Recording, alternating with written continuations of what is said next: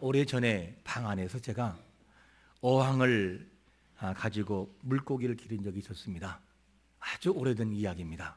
그런데 보통의 경우에 물고기를 기를 때는 민물고기를 기르잖아요.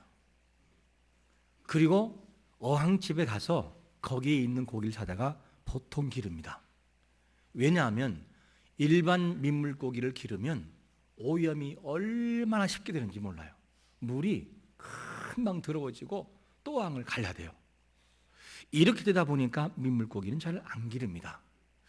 그러던 어느 날 냇가에 가가지고 여러 마리의 피라미를 잡았어요. 피라미를 잡아가지고 어항에 기르는데 참 이뻤어요. 속도도 빠르고 숨도 잘 숨고 색깔도 있고. 그런데 어느 날 이상하게 어항 주위에서 냄새가 나는 거죠. 왜 그럴까 하고 아무리 봐도 찾을 수가 없어요. 코를 사냥개처럼 들이대고 막 찾아도 못 찾겠어요. 그래서 하루는 맘 잡고 어항을 다 드러내고 각을 드러내고 보니까 거기에 무엇이 있느냐? 뭐가 있어요? 피라미 한 마리가 썩어서 있더란 말이죠. 죽어서 썩고 있어요, 피라미가. 왜 그러냐면 보통의 피라미는 이 일반의 고기는 위로 튀어오려고 하질 않아요. 그냥 얌전하게 있는데 피라미는 어떻게 하죠? 위로 튀어올라고 해요. 자꾸만 튀어올라와요. 그러다가 제갈 길로 간 거지요. 이와 같이 어떤 것이 냄새가 나면 이유가 있고, 즉 원인과 결과가 있어요. 오늘 본문에도 어떤 내용이 나오냐면 이스라엘은 분명히 하나님의 사람들이고 이스라엘 백성들은 하나님의 백성이 맞아요. 그런데 하나님의 백성이 맞는데 이상하게 블레셋에게 고통당하고 블레셋에 섬기는 우상을 섬기고 이러면서 억압을 당하고 있는 것이 이스라엘 백성들의 현실이었습니다. 왜 그럴까? 이 원인을 찾아보고 그리고 난 다음에 이런 고통이 있다가 다시금 블레셋을 물리쳐요.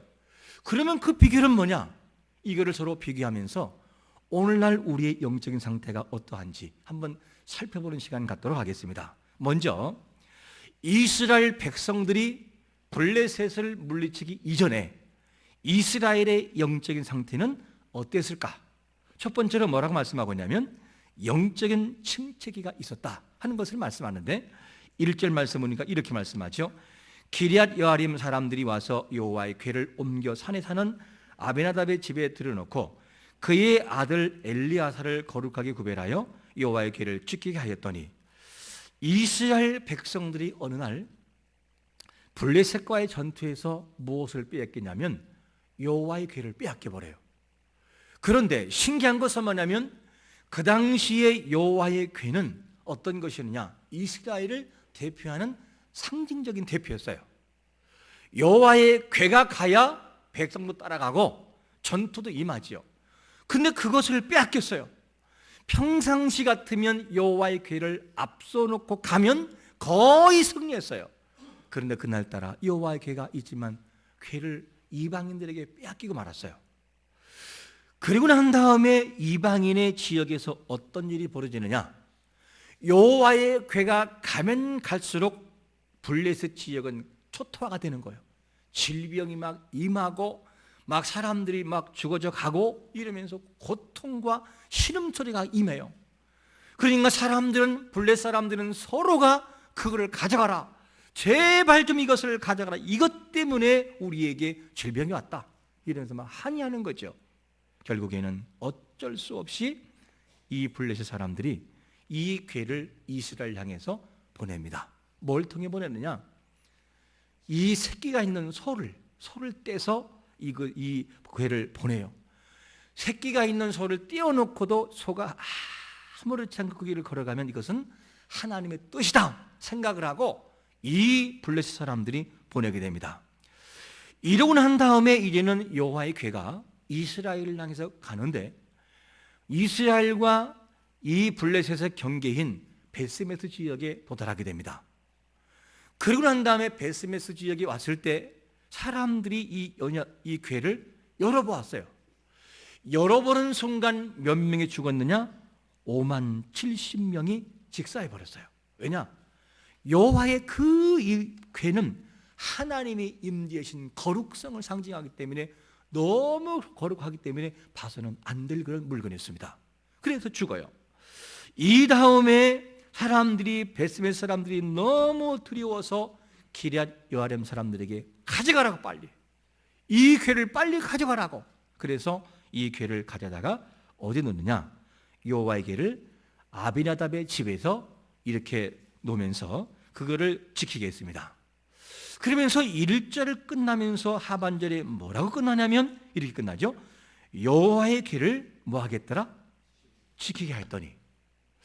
여호와의 궤를 지켰다는 거지요. 그러면 이스라엘에 있어서 여호와의 궤는 어떤 것이었을까? 여호와의 궤는 여호와의 능력과 힘을 상징하고, 여호와의 궤는요 이스라엘을 이끌어가는 강력한 힘이었어요. 그러니까 이스라엘에게 있어서 여호와의 궤가 없다는 것은 상상할 수가 없어요. 전쟁이 됐든 삶이 됐든 전부 다가 여호와의 궤가 필요했었어요. 그런데 그 여호와의 궤가 어떻게 되느냐, 그냥 사람들이 지키고 있고 사이드에 빠져 있는 것을 봅니다. 여호와의 궤가 얼만큼 중요하냐면 여호와의 영광이 있는데, 어느 날 모세에게 명하기를 여호와의 궤를 안치하라 이렇게 말씀해서 모세가 여호와의 궤를 안치했어요. 그런 다음에 안치한 다음에 이 성막에 어떤 일이 벌어지냐면 이런 일이 벌어져요. 우리 한번 같이 출애굽기 40장 34절과 35절을 읽어보겠습니다. 시작. 구름이 회막에 덮이고 여호와의 영광이 성막에 충만하며 모세가 회막에 들어갈 수 없었으니 이는 구름이 회막 위에 덮이고 여호와의 영광이 성막에 충만해. 이게 뭐냐? 여호와의 궤가 임재하고 그 궤를 보호하고 있는 회막, 성막이 뭘 만드느냐? 그곳에 여호와의 영광이 가득 임한다는 말이죠. 이게 뭐냐? 여호와의 궤의 특징이었어요. 그러므로 여호와의 궤가 가는 곳에는 여호와가 함께 가고 여호와가 있는 곳에는 하나님의 능력이 일어났어요. 이것이 여호와의 궤였다 그 말이죠. 그런데 이것이 여호와의 궤인데, 그런데 오늘 말씀을 바라보니까 이스라엘의 중심에 서 있어야 할 여호와의 궤가 어디에 빠져 있느냐? 사이드에 빠져 있어요. 변두리에 빠져 있고 그냥 어느 한 집에 그렇게 방치되면서 그거를 지키고 있을 뿐이었어요. 여호와의 궤는 그래서는 안 되는 거죠.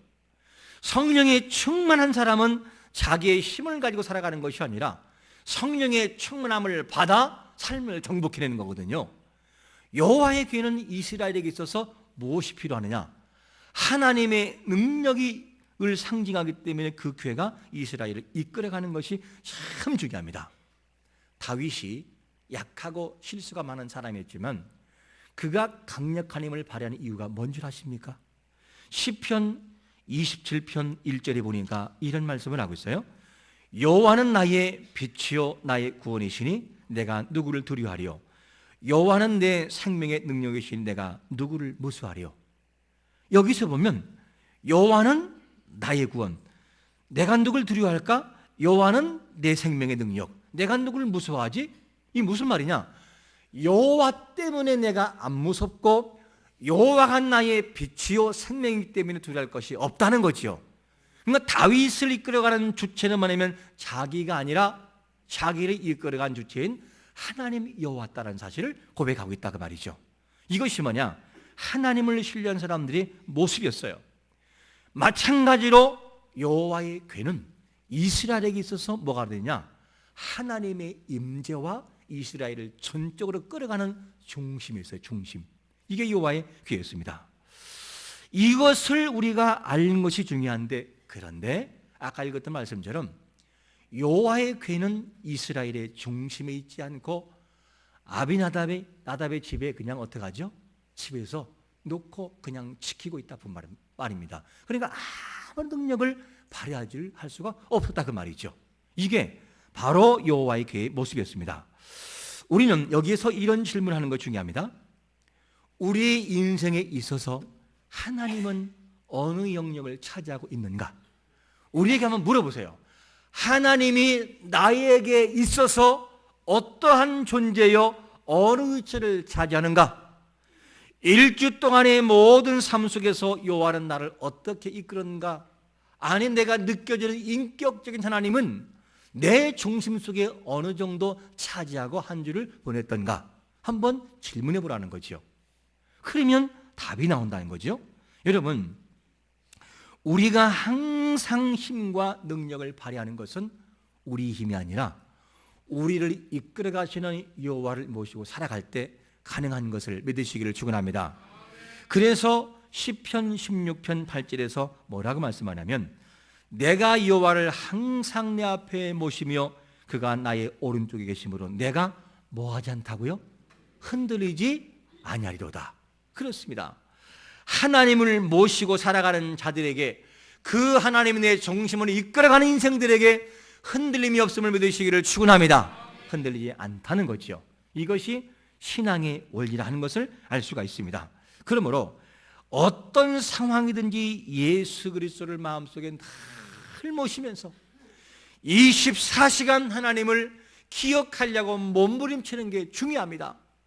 일을 할 때에도, 일어날 때에도, 뭔가를 할 때에도 하나님 이곳에 계시지요, 이곳에 계시죠라는 마음을 가지고 그렇게 살아갈 때, 저는 사실은 강력한 힘이 나올 때 내 스스로에게 당당하고 힘이 나올 때가 언제냐? 주여, 오늘도 이 말씀 함께 하시겠습니까? 함께 하시겠습니까?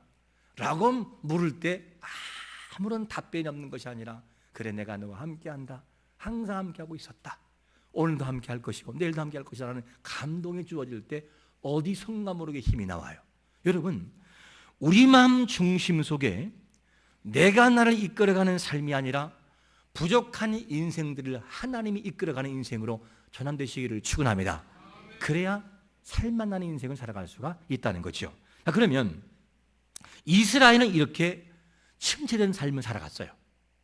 블레셋에게 정복당하고, 블레셋에게 억압당하고 아픔을 당할 때, 그럼에도 불구하고 이스라엘이 점차적으로 뭐가 되느냐? 점차적으로 회복되는 조짐이 보이기 시작해요. 그것을 뭐라고 표현하고 있느냐? 회복되는 조짐을 이렇게 표현하죠. 두 번째로 뭐라고 표현하냐면, 여호와를 뭐 했다고요? 사모하니라. 여호와를 사모했다는 거죠. 이 내용을 보면 2절 말씀 보니까 이렇게 말씀합니다. 괴가 기럇 여아림에 들어간 날부터 20년 동안 오래 있은지라 이스라엘 온 족속이 누구를요? 여호와를 사모하니라. 여호와를 사모했다는 거죠. 여기서 20년이라는 기간은 기럇 여아림으로 들어간 날부터 사무엘이 이스라엘 백성들에게 회개를 촉구했던 날, 20년. 이걸 이렇게 우리가 기억하는 것이 중요합니다. 그런데 왜 이들은 사모했을까? 왜 사모했다는 표현을 쓰고 있을까? 이유가 뭐죠? 여호와의 이 괴가 재구실을 하지 못하기 때문에 마음에 답답해서 여호와께 찾고 여호와를 사모했을까? 아니면 여호와의 괴가 없어서 살 것처럼 보이는데 막상 살아가 보니 여호와의 괴가 없으면 안 된다는 것을 알았기 때문이었을까? 아니면 누가복음 15장에서 둘째 아들이 아버지 집을 떠나잖아요.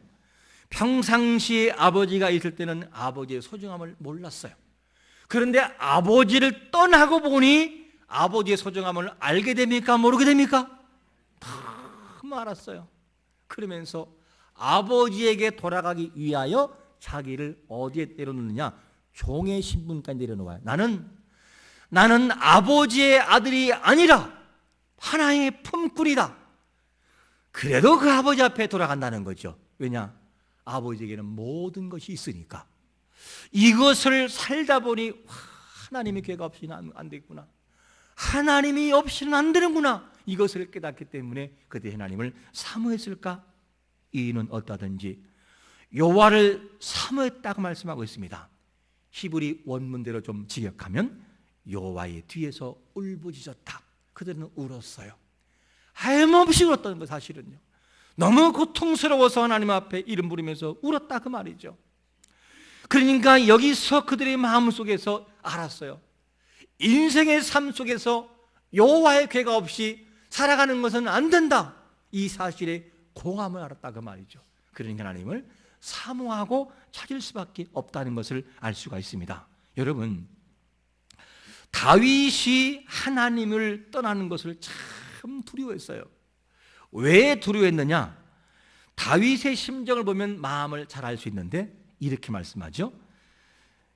20편 27편 9절에 보니까 이렇게 말씀합니다. 주의 얼굴을 내게서 뭐하지 마시고 숨기지 마시고 주의 종을 노하여 버리지 마소서. 주는 나의 도움이 되셨나이다. 나의 구원의 하나님이시여 나를 버리지 마시고 떠나지 마소서. 여러분, 하나님이 떠나는 것을 그렇게 두려워했어요. 아니, 다윗이 뭐가 부족해요 대체? 다윗이 왕이기 때문에 부족한 게 뭡니까? 그런데 다윗은 뭐냐면 하나님이 없으면 안 된다는 것을 그는 체험을 통해 알았던 거예요. 하나님이 없으면 왕권이고 뭐고 아무것도 아니라는 사실을 그는 철저히 알았던 것입니다. 그러니까 하나님, 나를 버리지 말라고, 나를 떠나지 말라고 이 사실을 간구하고 있습니다. 그래서 백성들의 마음은 알았어요. 와, 이대로는 안 되겠다, 이대로는 더 이상은 안 되겠다 싶어서 하나님을 사모하는 거죠. 사모한다는 이 말 자체의 원뜻은 무슨 말이냐? 슬퍼했다. 아까 그들이 울었단 말과 함께 그들이 슬퍼했고 그리고 울부짖었다 그 말이에요. 울부짖었고 흠모했고 애통했다 그 말이죠. 여러분, 우리가 신앙의 문제 때문에 애통해 본 적이 있으십니까? 내 신앙이 이거밖에 안 되나 그러면 애통해 본 적이 있는가 하는 것입니다. 때로는 하나님을 내 마음 중심에 모시지 못해서 내가 애통해하고 슬퍼해 본 적이 있는지를 한번 우리가 기억해 보는 것이 중요합니다. 너무 바쁜 한 주를 보내다 보니 하나님을 잊고 살아갔어요. 삶에 지치고 모든 것에 지쳐 하나님을 잊고 살다가 오늘에서야 주여라고 불렀어요. 그것 때문에 마음에 애통해 본 적이 있냐는 거죠. 하나님을 중심으로 하여 내가 살아가는 것이 맞았는데 그렇게 못한 것이 아파 본 적이 있냐는 것이죠. 이것을 우리는 슬퍼하는 마음을 갖는 것이 참 중요합니다. 여러분, 이 마음을 가지고 애통하는 삶을 살아가는 성도가 되시기를 축원합니다. 그래서 이스라엘의 진짜 회복은 어디 있느냐? 이스라엘이 이렇게 죄악에 빠지고 블레셋에게 힘을 쓰지 못하는 이유가 있었어요. 그 이유가 뭐냐? 바로 이런 이유가 있었습니다. 3절 말씀 보니까 이렇게 말씀하죠. 7장 3절, 사무엘이 이스라엘 온 족속에 말하 이르되 만일 너희가 전심으로 여호와께 돌아오려거든 뭘 버리고요? 이방 신들과 아스타로스를 너희 중에서 제거하고 너희 마음을 여호와께로 향하라. 그만 섬기라는 거죠. 그러면 너희가 회복이 되겠다는 거죠. 이 말씀을 보면 이스라엘 백성들이 이렇게 좌절하고 블레셋에게 넘어지는 이유는 무엇이었느냐? 하나 이유였었어요. 하나님께 중심을 두지 않고 마음을 두지 않고 여호와의 궤가 중심에 있지 않고 사이드에 빠져 있고 그들이 하나님을 잊고 우상에게 빠진 것이 가장 큰 원인이었어요. 그러니까 그들에게는 하나님의 백성이라는 이름은 맞지만 아무것도 아닌 사람처럼 그렇게 살아갔다 그 말이죠. 여러분, 하나님의 백성으로서 백성다운 힘과 능력을 소유하며 살아가기를 축원합니다. 그렇게 살아가는 것이 중요한 거예요. 이것을 잃어버린다면 우리는 아무것도 아니라는 거죠. 이스라엘이 왜 그렇게 힘이 없었습니까? 여호와의 궤가 중심을 가지고 이끌어가고 삶을 이끌어가는 것이 중요한 것인데 여호와의 궤는 편두리에 다 빠져 있어요. 여호와의 궤는 한 사람이 지키는 정도의 무능한 모습이 있어요.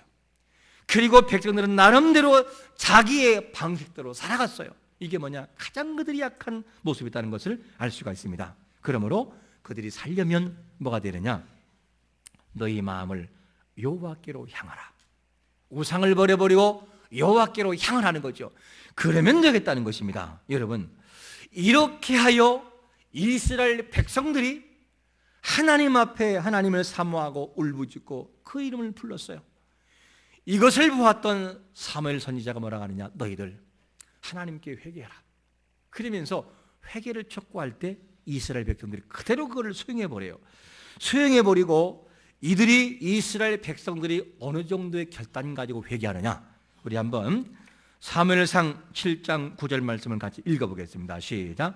그들이 미스바에 모여 물을 길어 여호와 앞에 붓고 그날 종일 금식하고 거기에서 이르되 우리가 여호와께 범죄하였나이다 하니라.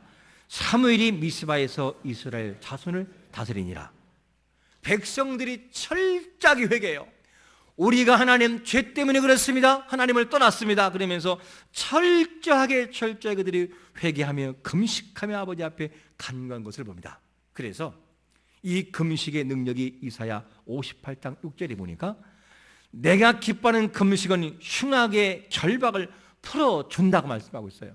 이래서 각오를 가지고 있었어요. 그런데 중요한 것은 뭐냐면 믿음으로 결단하고 깨어 있으려고 그러면 어둠의 세력이 장난을 할까요? 안 할까요? 장난해요. 우리가요 막 기도를 하고 뭔가 마음을 먹고 하려고 마음을 먹으면 어둠의 세력이 이상하게 마음속에 감정을 터치하고 감정들을 괴롭게 만들어요. 일을 힘들게 만들어요. 그런 상황이 있을 때 우리는 이것을 잘 넘어가는 것이 필요한데 이스라엘 백성에게도 무엇이 있었느냐? 이런 것이 있었어요. 이스라엘 백성들이 깨어 있으니까 블레 사람들이 이런 말을 하죠. 사무엘상 7장 7절에 보니까 이렇게 말씀합니다. 이스라엘 자손이 미스바에 모였다함을 누가 들어요? 블레 사람들이 듣고 그 방백들이 이스라엘을 치러 올라왔다는 거죠. 이때 이스라엘 백성들의 태도를 잘 보세요. 태도를 잘 보시면 이스라엘 백성들이 좋아합니까? 두려워합니까? 끝날 때 블레 사람들을 두려워하여 그래서 누굴 찾느냐? 사무엘 찾아요. 사무엘이요, 우리를 위해 기도해 주십시오. 그러면서 두려워서 막 어쩔 줄 몰라요. 잘못하면 그동안 하나님을 사모하고 하나님께 회개하고 통했던 모든 금식조차 다 허사로 끝날 뻔했어요. 이 위기를 어떻게 이겨나가느냐? 사무엘 선지자는 이렇게 위기를 이겨나가요. 세 번째로 뭐라고 말씀하냐면 온전한 번제를 누구께 드리고요? 여호와께 드림으로 이겨나가요. 그 내용을 9절 보니까 이렇게 말씀하잖아요. 사무엘이 젖 먹는 어린 양 하나를 가져다가 온전한 번제를 여호와께 드리고 이스라엘을 위하여 여호와께 부르짖음에 여호와께서 응답하셨더라. 참 신기한 것이 뭐냐면 여러분들이 어떤 위기를 만나면 뭐부터 하느냐? 사람을 찾게 되죠. 그런데 이스라엘 백성들이 지금 어떤 위기에 있느냐? 평소에 블레셋을 무서워했어요. 평소에 블레셋을 무서워하고 블레셋은 철기 문화가 발달했기 때문에 너무너무나 강력한 군대예요. 이스라엘에는 칼 한 자루가 왕의 벽에 없어요. 왕의 벽에 왕 하나, 그리고 많아봤자 왕자만 가지고 있을 뿐인데 블레셋은 철기 문화가 다 무장된 민족이었어요. 비교가 안 돼요. 이렇게 해서 올라오니까 사람들이 너무 무서워할 때 사무엘 선지자가 영적인 원리를 가르쳐줘요. 그게 뭐냐면 이 사무엘 선지자가 순결한 어린 양을 잡고 뭐부터 하느냐? 온전한 뭐를부터요? 번제를 드려요.